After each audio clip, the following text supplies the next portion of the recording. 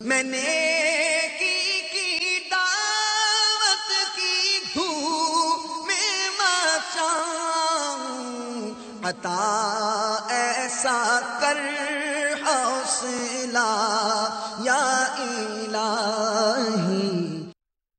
پارہ 2 سورہ بقرہ کی آیت نمبر 222 کا جو آخری حصہ ہے وہ میں تلاوت کرتا ہوں۔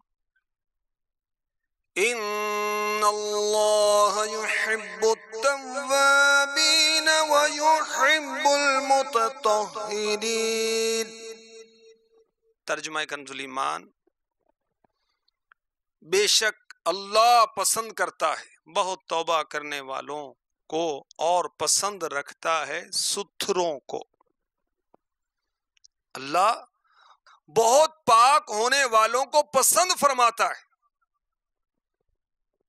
جو گندگیوں سے بچتے ہیں۔ تفسیر نعیمی پارہ 2 صفحہ نمبر 385 387، مفسر شہیر حکیم الامت مفتی احمد یار خان علی رحمت الحنان فرماتے ہیں اللہ تعالی ان لوگوں کو پسند فرماتا ہے جو جسمانی اور نفسانی اوصاف سے توبہ کرتے ہیں، نور معرفت کے ذریعے غبار کائنات کو دھو کر پاک و صاف رہتے ہیں۔ ظاہری طہارت کیا ہوتی، باطنی طہارت کیا ہوتی؟ تو باطن جو ہے اس کو بھی صاف کرنا، امام غزالی فرما تو رہے ہیں کہ ظاہر پانی بہا کر صاف کر لیا، باطن اس کو گندگیوں سے پاک کیا جائے۔ باطنی گندگیاں کیا ہیں؟ اعلیٰ حضرت نے اس کی نشاندہی کی ہے، ریاکاری، دکھاوا، لوگوں کو دکھانے کے لیے عمل کرنا، یہ باطنی گندگی ہے، نجاست ہے۔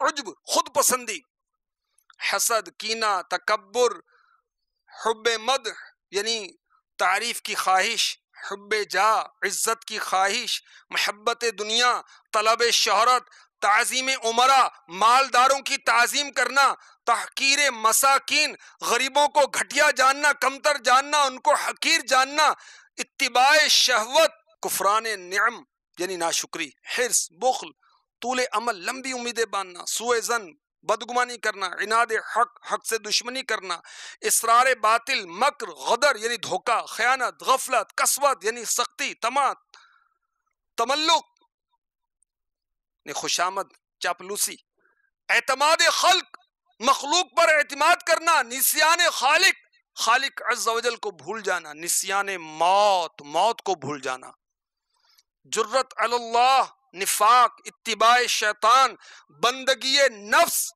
رغبت بطالت باطل کی طرف رغبت ہونا، کراہت عمل، قلت خشیت خوف خدا کی کمی، جزع یعنی بے صبری، عدم خشوع کا نہ ہونا، غضب للنفس وتساہل فی اللہ اپنے نفس کے لیے غضب کرنا، غصہ کرنا، اور اللہ تبارک و تعالیٰ کے معاملات میں غفلت و سستی کرنا۔ یہ ہے باطن کی گندگیاں۔ جب ہمیں پتہ نہیں یہ ہیں کیا تو پاک کیسے ہوں گے، طہارت کیسے حاصل کریں گے؟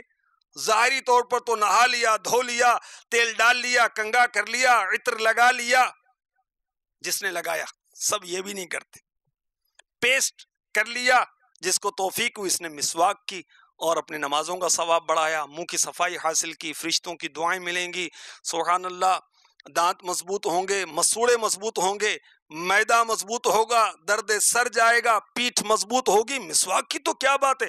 اور سبحان اللہ جو مسواک کا عادی ہے اسے مرتے وقت کلمہ نصیب ہوگا۔ تو اللہ تبارک و تعالی پاک رہنے والوں کو پسند فرماتا ہے، انہیں اپنا قرب عطا فرماتا ہے، اپنی نزدیکی عطا فرماتا ہے۔ تو کاش ہم ظاہری طور پر بھی پاک ہوں، باطنی طور پر بھی پاک ہوں، ظاہری نجاست و گندگی سے بھی بچیں، باطنی نجاست و گندگیوں سے بھی اپنے آپ کو بچائیں۔ میں نیکی کی دعوت کی دھوم میں مچاؤں، عطا ایسا کر حوصلہ یا